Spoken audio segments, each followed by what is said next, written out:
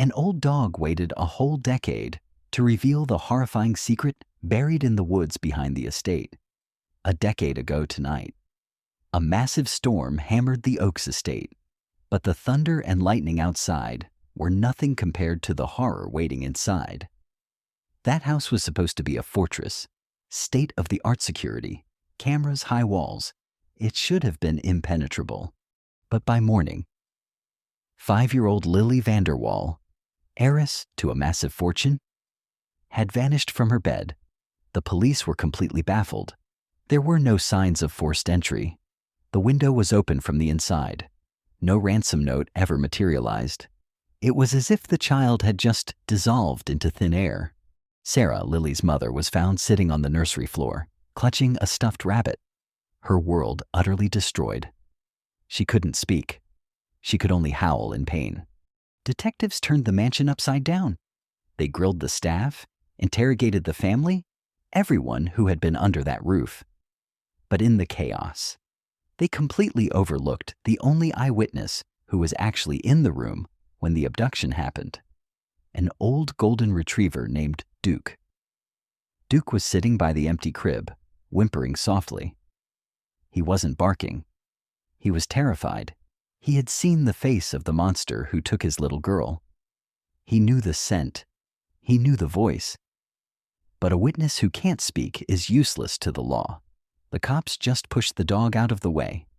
If only they had known. Duke wasn't just grieving. He was remembering. And he started waiting. 10 years passed. The Lily Vanderwaal case went ice cold. The files gathered dust. The world moved on. But Sarah never did. She turned the nursery into a shrine, a museum where nothing could be touched. She blew the family fortune on private investigators, psychics, and con artists who peddled false hope just to bleed her dry. Sarah's husband couldn't handle the grief. He died of a broken heart 2 years after Lily disappeared. Sarah was left all alone in that cavernous, empty mansion. Her only rock in that living hell was her brother-in-law, Richard. Uncle Rich. He swooped in like a savior. He took over managing the business. He settled the debts. He spent hours sitting with Sarah, holding her hand, swearing they would find Lily. He became the voice of reason in her madness. Sarah trusted him with her life. She didn't see what the dog saw. Duke grew old. His joints ached. His muzzle turned gray. But every single time Uncle Rich walked into a room, that gentle old dog changed. He wouldn't wag his tail. He'd retreat to a corner, lay down, and fix Richard with an unblinking, heavy stare. Sometimes, if Richard got too close to Sarah, Duke would let out a low, guttural growl that made the hair on Sarah's arms stand up. "He's just old and cranky, Sarah," Richard would say with a smooth, sad smile. "He's probably got doggy dementia. Maybe it's time to put him down." It would be a kindness. For years, Richard gaslit Sarah, making her doubt her own sanity and the loyalty of the only creature who truly loved her. But the strangest thing was Duke's ritual. Every single day, rain or shine, old Duke would hobble out to the backyard. He'd sit by the fence and stare for hours at one specific spot, toward the dense woods where an old, dilapidated groundskeeper's shed stood abandoned. He would sit there in the pouring rain, shivering, and just howl, a quiet, mournful sound, like he was calling out to someone. Sarah tried to bring him inside, but he would resist. She didn't understand. There was nothing out there, just woods and junk.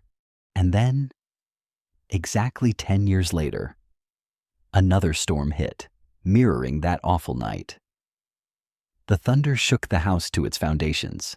Sarah went looking for Duke to comfort him, but the dog was gone. The back door had blown open in the wind.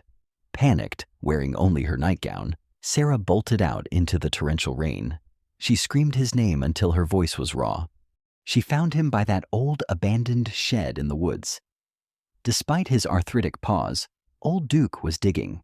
He was digging frantically, whining and snorting, throwing mud everywhere. He was trying to tunnel under the shed's foundation. "Duke, stop it! What are you doing?" Sarah cried, trying to pull him back. But then her hand hit something solid in the mud. It was the corner of an old, rusty metal lockbox. Something inside Sarah snapped. Why was Duke trying to unearth this? She dropped to her knees beside the dog and helped him dig. Smashing the rusty lock off with a rock, she pried open the lid. She expected old tools, maybe trash. But inside, carefully wrapped in plastic bags, were children's drawings. Sarah grabbed one with trembling hands. It was Lily's style, but the date scribbled in the corner, 2020, 5 years after she disappeared. And beneath the drawings lay a photograph. It showed a teenage girl, thin with a hollow look in her eyes, wearing cheap clothes, standing outside a filthy trailer. It was Lily. Sarah would know those eyes anywhere. But that wasn't the most horrifying part. In the background of the photo, smiling at the camera, stood Richard. Sarah's world didn't just crumble, it imploded. The air was knocked right out of her lungs. Lily was alive. All these 10 years, she had been alive. And the man holding Sarah's hand, comforting her, managing her money, was the monster who stole her daughter. Richard wasn't hunting for Lily. He was hiding her. That night, everything clicked into place. Richard had needed money. Lily's trust fund was massive. He couldn't bring himself to kill the child. So he did something worse. He staged the kidnapping and stashed her away in the middle of nowhere with some distant relatives, convincing everyone she was dead. He thought he'd committed the perfect crime, but he forgot about the witness. That night, 10 years ago, Duke had tried to defend the girl. He had taken a chunk out of Richard's leg before Richard kicked him aside. The dog memorized the traitor's scent forever, and he memorized the direction they took his little girl. Through the woods, past the old shed.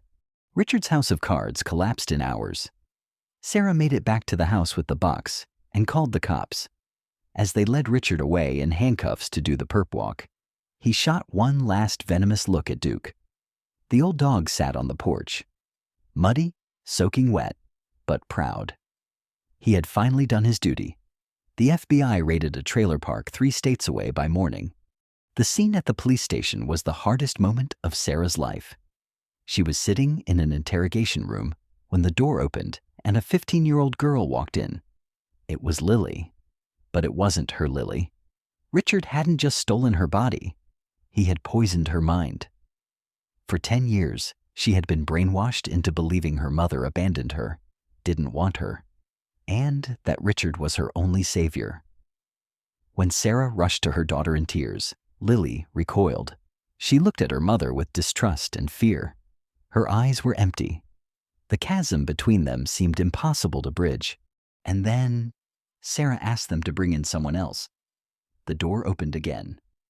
Slowly, limping, old Duke walked into the room. He stopped, lifted his gray muzzle and sniffed the air. His tail gave a weak twitch. He saw the girl. Lily froze.